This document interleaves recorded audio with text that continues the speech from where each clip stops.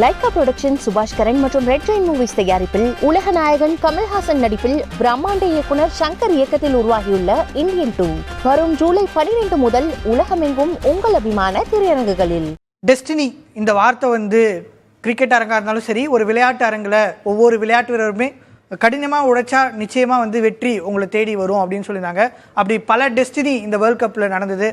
விராட் கோலி தன்னுடைய கடைசி T20 உலகக்கோப்பையில் தன்னுடைய முதல் T20 உலகக்கோப்பையை வெற்றி பெற்றார். உலகக்கோப்பையே ஒரு வீரராக வெல்ல முடியாதும் கூட ஒரு பயிற்சியாளராக தன்னுடைய கடைசி நாளில் ராகுல் டிராவிட் கோப்பையை வென்றார்.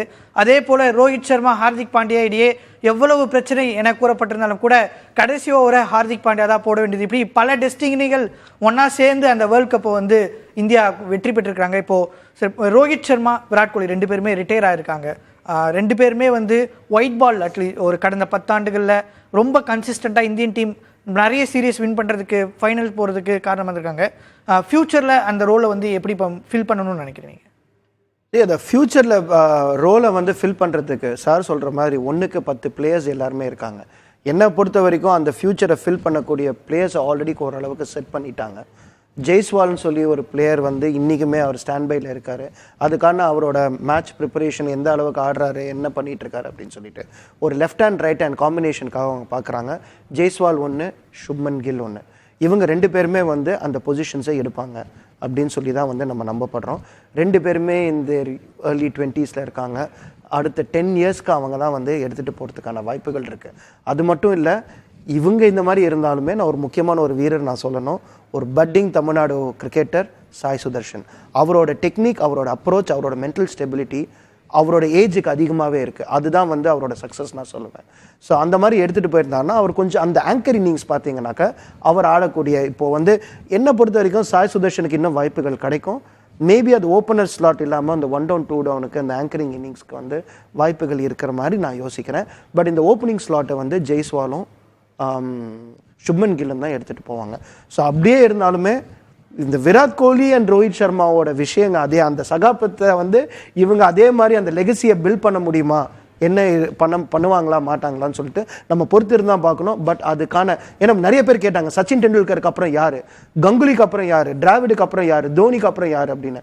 தோனிக்கு அப்புறம் பந்த் மாதிரி ஒரு கிரிக்கெட்டர் வந்து உள்ளே வந்து விளையாடிட்டு இருக்காரு அந்த பொசிஷனில். என்னதான் கேப்டன்சி பண்ணலனாலும் அதிரடி ஆட்டத்தை ஆடி ஒரு விக்கெட் கீப்பிங் ஸ்லாட்டையும் வந்து கவர் பண்ண ஒரு வீரர் பார்த்தீங்கன்னா ரிஷப் பந்த். நம்ம இந்தியா பார்த்தீங்கன்னா ஒரே ஒரு விஷயம் தாங்க, டேலண்ட் அபண்டன்ட். எல்லா இடத்துலையும் வந்து சார் சொல்கிற மாதிரி ஒரு பிளேயருக்கு 3 பிளேயர் ரீப்ளேஸ்மெண்ட் இருக்காங்க. அவங்களோட டெம்பரமெண்ட் எப்படி, அந்த மேட்ச் சிச்சுவேஷனில் எப்படி விளையாடுறாங்க, கன்சிஸ்டன்சி எப்படி இருக்குது, அதில் தான் வந்து ஒரு ஆள் வந்து செலக்ட் ஆகிறாங்க அந்த ஒரு முக்கியமான ஒரு சூழ்நிலைக்கு. இப்போ சாய் சுதர்ஷன் விளையாடல, ஒரு தமிழ்நாடு வீரர் கூடயும் இந்த டோர்னமெண்ட் விளையாடல. ஏன்னா இதுக்கு முன்னாடியே நம்ம வந்து ஒரு விஷயம் நம்ம பேசணும், ஹர்ஷ்தீப் விளையாடி இருக்கணுமா இல்லை நட்ராஜன் விளையாடி இருக்குமான்னு சொல்லிட்டு ஒரு விமர்சனம் வந்தது. ஆனால் இன்றைக்கி வந்து ஹர்ஷ்தீப் வந்து வின் பண்ணிட்டு போயிட்டாரு. ஏன்னா அவரோட அண்டர் 19 ஆடக்கூடிய ஒன்று ஸ்விங் பவுலர் இன்னும் கொஞ்சம் கொண்டு வந்ததுனால அந்த கண்டிஷன்ஸில் இந்த மாதிரி இருந்தது. ஸோ இந்த கண்டிஷன்ஸ், பிளேயரோட ப்ராமிஸ் எப்படி இருக்குது, அதோட கன்சிஸ்டன்சி எப்படி இருக்குது, இந்த 3 விஷயத்தான் பார்த்துருப்பாங்க. ஆனால் அந்த விஷயத்தில் ரோஹித் சர்மா, விராட் கோலியோட லெகசி இன்னும் கொஞ்ச நாளைக்கே அசைக்க முடியாது. எப்போ டெண்டுல்கர் வந்து வெளியில் வந்து ஓய்வு பெற்றாரோ அதுக்கப்புறம் ஒரு ரசிகர்கள் வந்து கொஞ்சம் கம்மியானாங்க. அதே மாதிரி விராட் கோலி ரிட்டையர் ஆகும்போது கொஞ்சம் ரசிகர்கள் அது பார்க்குறது கம்மியாவாங்க. இன்னொரு ஒரு ஸ்டார் முளைச்சி வருவார். அந்த டைம் வரைக்கும் கொஞ்சம், நான் ரொம்ப சொல்ல மாட்டேன், கொஞ்சம் அது கம்மியாக இருக்கும்னு நான் சொல்லுவேன். சுப்மன் கில்லோ இல்லாட்டி வந்து ஜெய்ஸ்வாலோ அந்த மாதிரி எடுத்துகிட்டு போகும்போது அதே மாதிரி ஒரு சூப்பர் ஹீரோவை வந்து செலிப்ரேட் பண்ணுவாங்க திருப்பியும் வந்து எல்லா ரசிகர்களும். ஓகே சார், நீங்கள் பார்க்குறீங்க ரோஹித் சர்மா, விராட் கோலி T20 ரிட்டையர்மெண்ட் நிறைய பேர் இருக்காங்கன்னு சொன்னார், கரெக்டு. ஒரு 30-40 people waiting, ready for international cricket and good enough for international cricket. அந்த மாதிரி சமயத்தில் நீங்கள் வந்து இதே பிளேயர்ஸ் வந்து ரீட்டைன் பண்ண வச்சுக்கோங்க, அவங்க ஃபிட்டிங் ஆடுவாங்க. அவங்க வந்து இப்போ என்ன ஆகுது, ஒரு டேஞ்சர் இருக்குது. எப்படின்னா இந்த பிளேயர்ஸ் வந்து சான்ஸ் கிடைக்கலன்னு வச்சுக்கோங்க, அவங்களுக்கு ஒரு பீக் பீரியட் இருக்குது. சான்ஸ் கிடைக்கலனாக்க அவங்க மற்ற லீக் விளாடணுன்ட்டு ஆசைப்படுவாங்க. இப்போ அப்படி தான் மற்ற கண்ட்ரியில் பண்ணுறப்ப இப்போ ட்ரெண்ட் போல்ட் என்ன பண்ணுறாரு, நியூசிலாண்டுக்கு நான் விளாண்டது போதும், I'll go and play Big Bash, I'll go and play Caribbean League அப்படின்றாங்க. அந்த மாதிரி இவங்க ஆரம்பித்தாங்கனாக்க ரொம்ப கஷ்டமாயிடும். அது இந்தியன் BCCIக்கு ரொம்ப ட்ரபிள் ஆகிடும் அது. ஸோ அதனால் அப்பப்போ சான்ஸ் கொடுக்கணும். இப்போ கொடுக்குறாங்க, ஜிம்பாப்வேக்கு வேறு டீம் அனுப்புகிறாங்க, பட் திருப்பி பழைய பிளேயர் ரீட்டைன் பண்ண வேண்டிய அவசியம் இல்லை. ஸோ அதனால தான் இந்த 3 பேரும் ரிட்டையர் ஆனாங்க. ஏன்னா இல்லைன்னா என்னென்னாக்கா நீயே போடான்னு சொல்கிற அளவுக்கு வந்துடும். அதுக்கு பதிலாக இவங்க ரிட்டையர் ஆகிட்டாங்க. ஏன்னா அவ்வளோ பேர் வெயிட்டிங்.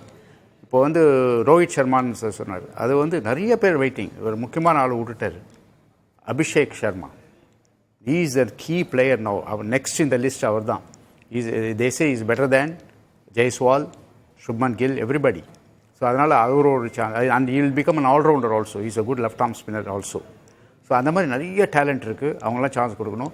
அண்ட் ஒரு பிளேயர் நான் வந்து மனசில் சொல்லிகிட்டே இருந்தேன், என் கமெண்ட்ஸில் சொல்லிகிட்டே இருந்தேன், அவங்க இந்த இது எடுக்காமல் போனது வருண் சக்கரவர்த்தி. Outstanding bowler. சகல் பிளேஸில் வருண் சக்கரவர்த்தி விளையாடுறணும். This is my opinion. Okay, நிறைய டேலண்ட்ஸ் இருக்காங்க. நீங்கள் சொன்ன மாதிரி இஷான் கிஷன், இதுக்கு முன்னாடி வந்த பிளேயர்லேருந்து ஜெய்ஸ்வால், சுப்மன் கில், ருத்ராஜ் கைக்வாட், நிறைய வெயிட்டிங் லிஸ்ட்டில் இருக்குது.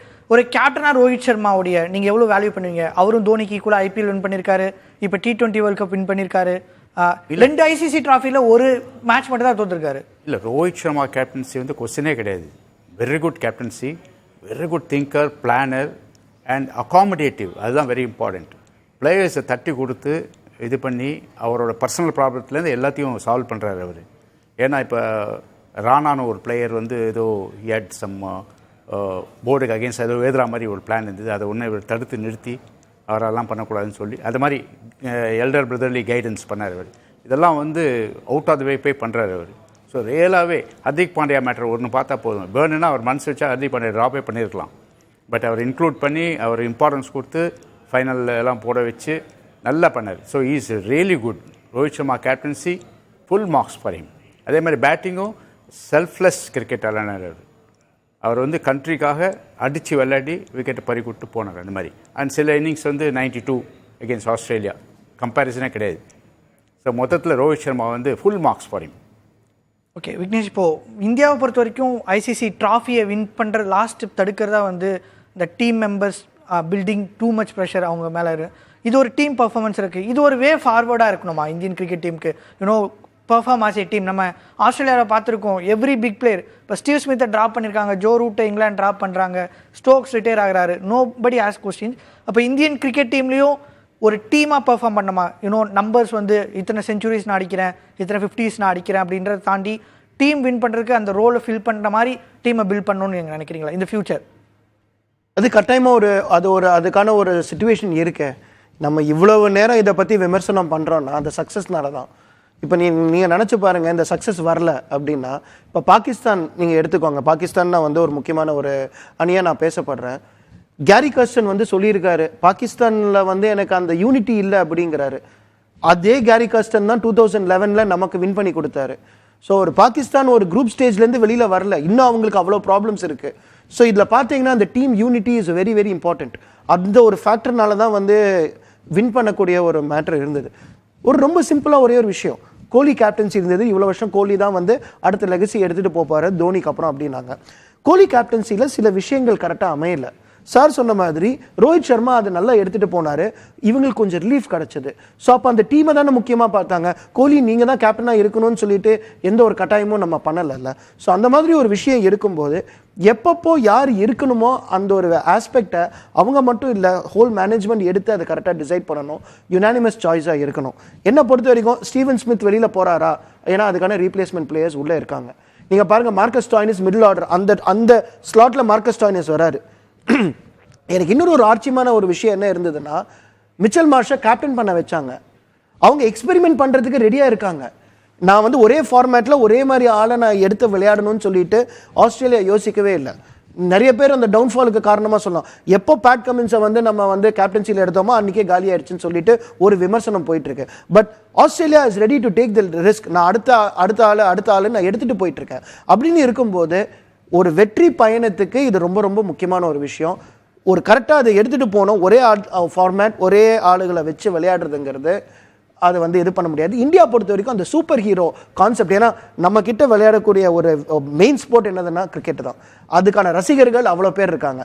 ஹாக்கி இருக்குது, பேஸ்கெட் பால் சொல்லலாம், ஃபுட்பால் சொல்லலாம், அந்த அளவுக்கு வந்து அந்த அளவு இல்லாத போது ஒரு பிளேயரை பார்த்து ஒரு சூப்பர் ஹீரோ வர்ஷிப், தோனியை எப்படி ஒரு சூப்பர் ஹீரோ ஒரு விராட் கோலி இருக்கும்போது அவங்களுக்கு அந்த ஒரு எக்ஸ்டென்ஷன் கிடைக்குது. ஆனால் இது வேற நாட்டில் பார்த்தீங்கன்னா அந்த மாதிரி கிடையாது. அவங்களே இன்னொரு ஒரு ஸ்போர்ட்ஸ் பர்சனாக பார்க்குறாங்க.